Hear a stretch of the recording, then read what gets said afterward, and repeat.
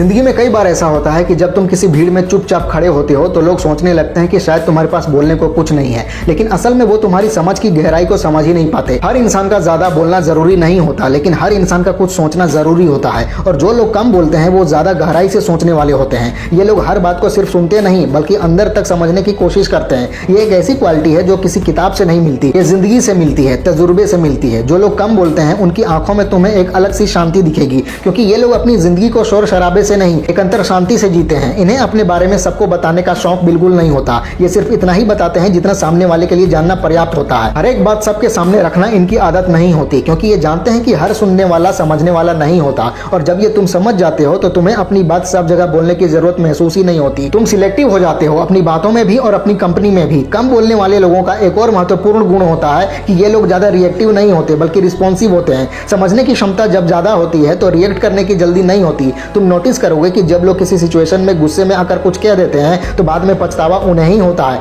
लेकिन जो लोग पहले सोच कर समझ कर जवाब देते हैं वो जिंदगी में गलतियां कम करते हैं। और कम बोलना इसी कंट्रोल का एक हिस्सा है। तुम अपने वर्ड्स को फिल्टर करते हो, तुम अपनी लैंग्वेज को सोच समझ कर चुनते हो। ये तुम्हारी मैच्योरिटी का सबसे बड़ा सबूत होता है। जब तुम कम बोलते हो तो तुम्हारे अंदर की आवाज ज्यादा बोलने लगती है। तुम अपने आप से जुड़ने लगते हो। धीरे धीरे तुम्हें साफ समझ में आने लगता है कि तुम कौन हो, क्या चाहते हो और तुम्हें किस दिशा में बढ़ना है। लेकिन जब तुम हर वक्त दूसरों से बातों में लगे रहते हो तो तुम खुद से दूर हो जाते हो। चुप रहकर जब तुम रुकते हो तो ध्यान अपने अंदर की आवाज पर जाता है और वही आवाज तुम्हें रास्ता दिखाती है। इससे तुम्हारी सोच और फैसले लेने की ताकत और मजबूत हो जाती है। कम बोलने वालों की एक और खासियत होती है कि इनका ध्यान बहुत ही तेज होता है। ये छोटी छोटी चीजों को भी जल्दी पकड़ लेते हैं। किसी के चेहरे का हाव भाव, बॉडी लैंग्वेज या आंखों की अनकही बातें भी महसूस कर लेते हैं। ये जब आसपास शोर नहीं होता तो तुम हर चीज को गहराई से महसूस कर पाते हो। ऐसे लोग वो बातें भी समझ जाते हैं जो कभी कही ही नहीं गई होती। यही समझदारी इन्हें और बेहतर इंसान बनाती है। लोग अक्सर सोचते हैं कि कम बोलने वाले लोग बोरिंग होते हैं, लेकिन सच्चाई यह है कि इनमें एक अलग गहराई, एक अलग आकर्षण और रहस्य छुपा होता है। ये लोग एक ही बार में सब कुछ नहीं बताते, धीरे धीरे अपने आप को सामने लाते हैं। और जब किसी चीज को समझने में वक्त लगता है तो उसमें दिलचस्पी भी बढ़ती है। इनका साइलेंस ही इनकी पर्सनालिटी की सबसे आकर्षक बात होती है, जो लोगों को इनकी तरफ खींचता है। क्या तुमने कभी ये सोचा है कि जब हम किसी समझदार आदमी से मिलते हैं तो हमें उसके शब्दों से ज्यादा उसके हाव भाव, आंखों और उसकी मौजूदगी से असर होता है, क्योंकि उसमें एक शांति होती है, एक ठहराव होता है और ये सब चीजें बिना कुछ कहे भी दिखाई देती हैं।